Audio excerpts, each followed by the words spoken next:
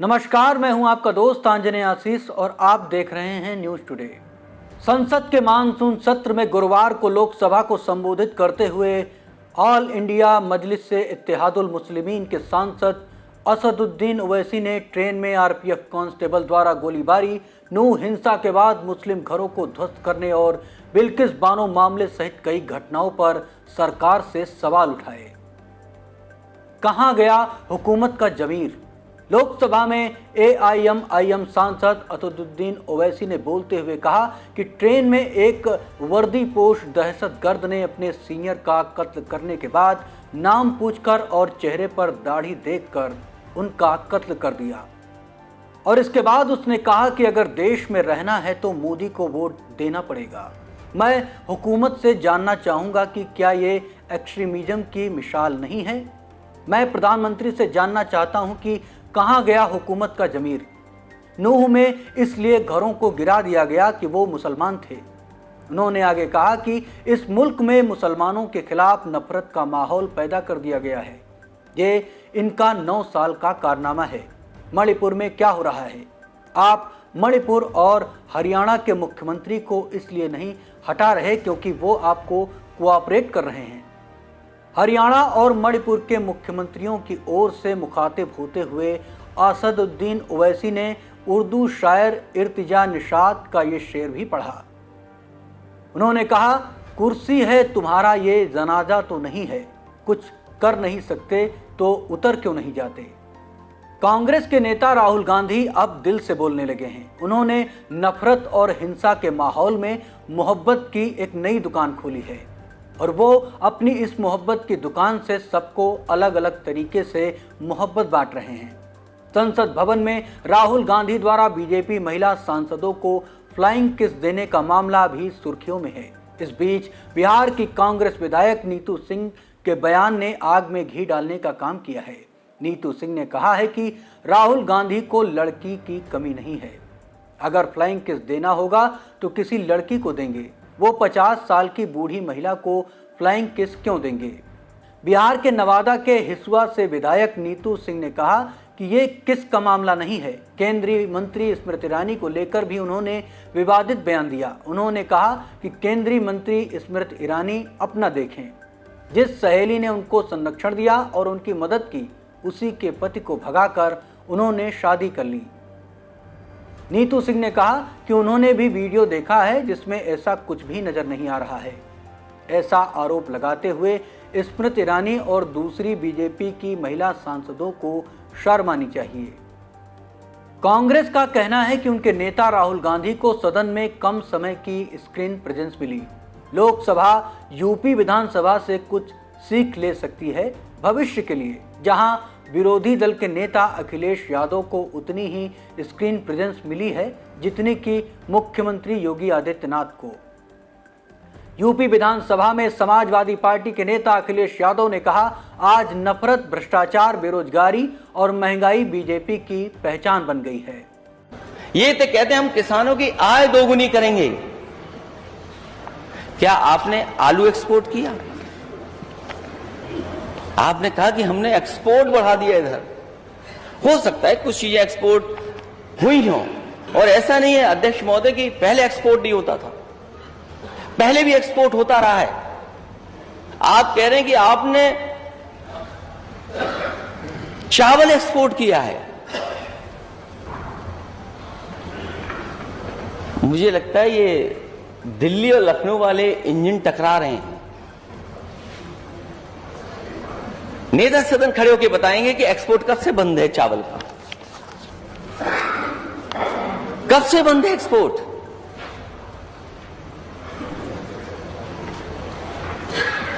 आम भेजा है आपने, आम तो पहले भी जाता था। जिन लोगों ने मंडियां संभाली होंगी, मंडी सरकारों में रहेंगे, वो जानते हैं कि बहुत सी चीजें पहले भी एक्सपोर्ट होती थी। हमें बताएं, आलू कितना एक्सपोर्ट हो गया आपका, धान चावल कितना एक्सपोर्ट हो गया, और सुना है कि अब तो लंदन आम जा रहा है। यहां से वेजिटेबल्स मिर्जापुर से जा रही, बलिया से जा रही हैं, और टमाटर का रंग नहीं देखा। आप बात ही नहीं करना चाहते टमाटर पे। क्योंकि टमाटर की कीमत ने आपके चेहरों को लाल कर दिया। आप टमाटर पे बात ही नहीं करना चाहते। और अध्यक्ष महोदय, दुनिया में नहीं हुआ होगा कि किसी ने महंगाई पर कोई बात रखी हो, उसे जेल भेज दें आप।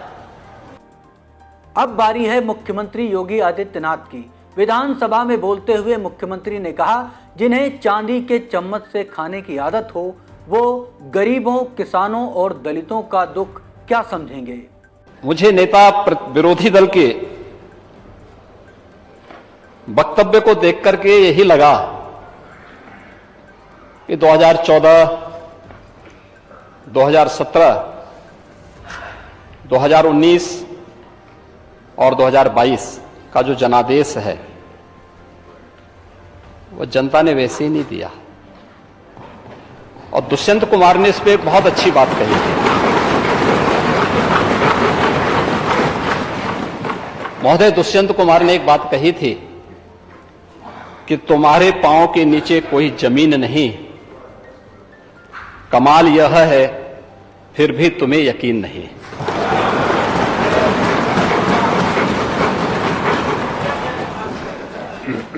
उन्हें जमीनी हकीकतों की कोई जानकारी नहीं है। और तुलसीदास जी ने बात कही भी, समरथ को नहीं दोष गुसाएं। ऐसे ही लोगों पे बातें अक्सर से सही बैठती हैं, क्योंकि जो लोग जन्म से चांदी के चम्मच में खाने के आदी हैं,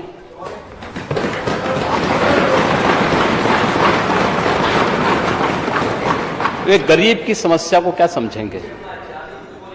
ओह, मैं आ रहा हूं, वहां भी आ रहा हूं मैं भी। मुख्यमंत्री जी, वे एक गरीब की पीड़ा को क्या समझेंगे,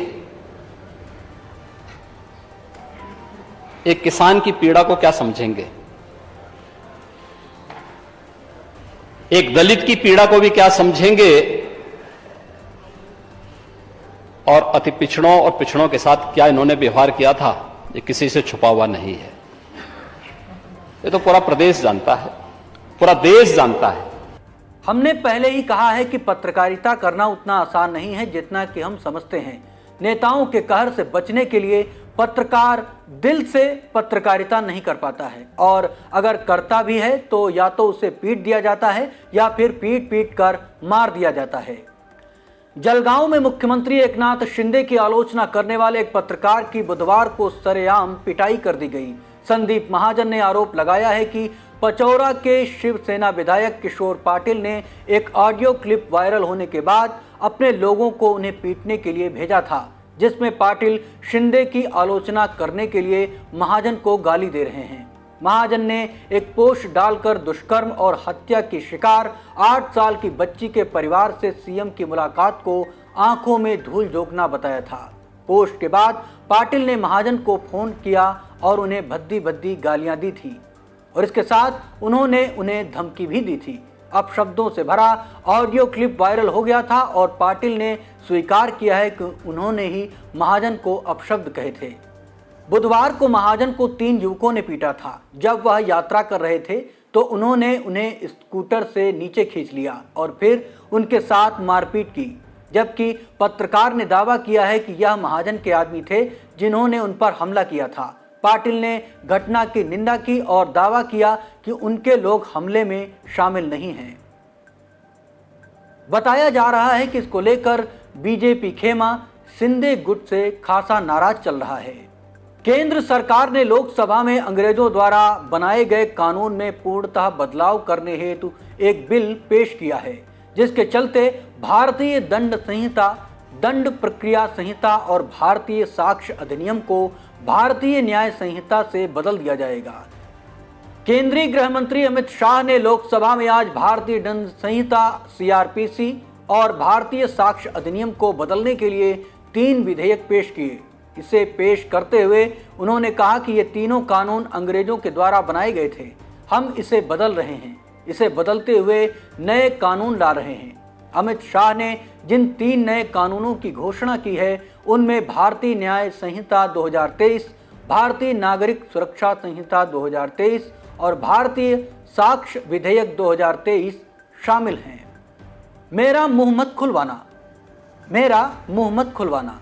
केंद्रीय मंत्री ज्योतिरादित्य सिंधिया कई बार कांग्रेस से अपना मुंह न खुलवाने की बात कर चुके हैं, लेकिन वो बिना मुंह खोले ही इतना कैसे बोल जाते हैं, ये एक गंभीर विषय है।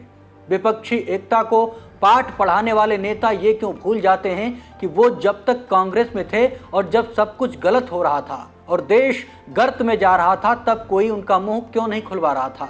क्या तब मुंह पर ताला लगा था? काफी बड़ी हैसियत रखने वाले नेता विपक्ष को अपनी हैसियत की चिंता है, ऐसा कहते नजर आए।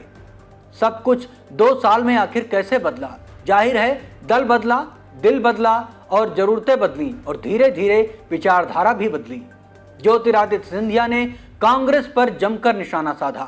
सिंधिया ने अधीर रंजन चौधरी पर वार करते हुए कहा, जब आपकी सरकार 1993 में केंद्र और राज्य दोनों में थी, तब मणिपुर के सांसद ने रोते रोते संसद में कहा था कि राज्य सरकार कुछ नहीं कर सकती, उसके पास फंड नहीं है, उसके पास हथियार खरीदने के भी पैसे नहीं हैं।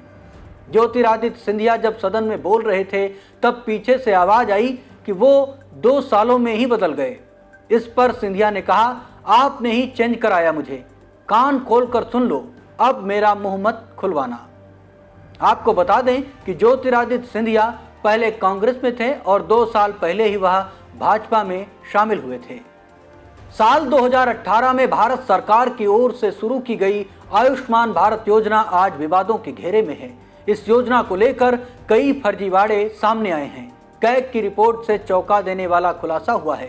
रिपोर्ट में बताया गया है कि इस योजना से जुड़े करीब 7.5 लाख लाभार्थी एक ही मोबाइल नंबर पर रजिस्टर्ड हैं। प्रधानमंत्री नरेंद्र मोदी या तो रिकॉर्ड बनाते हैं या फिर रिकॉर्ड को तोड़ते हैं, जैसे उन्होंने मणिपुर मसले पर करीब 80 दिनों के बाद रिकॉर्ड बनाते हुए बोला। इसके साथ प्रधानमंत्री को भाषण देने में कोई नहीं पा सकता। आपको बता दें कि प्रधानमंत्री ने गुरुवार को लोकसभा में 2 घंटे 13 मिनट और 1 सेकंड का भाषण देकर अविश्वास प्रस्ताव के दौरान सबसे लंबा भाषण देने का रिकॉर्ड अपने नाम किया। इससे पहले यह रिकॉर्ड 3 बार अविश्वास प्रस्ताव का सामना करने वाले पूर्व प्रधानमंत्री लाल बहादुर शास्त्री के नाम था, जिन्होंने 2 घंटे 12 मिनट तक भाषण दिया था। ऐसी ही छोटी बड़ी खबरों को देखने के लिए बने रहिए हमारे साथ न्यूज़ टुडे पर, डर कर नहीं डट कर।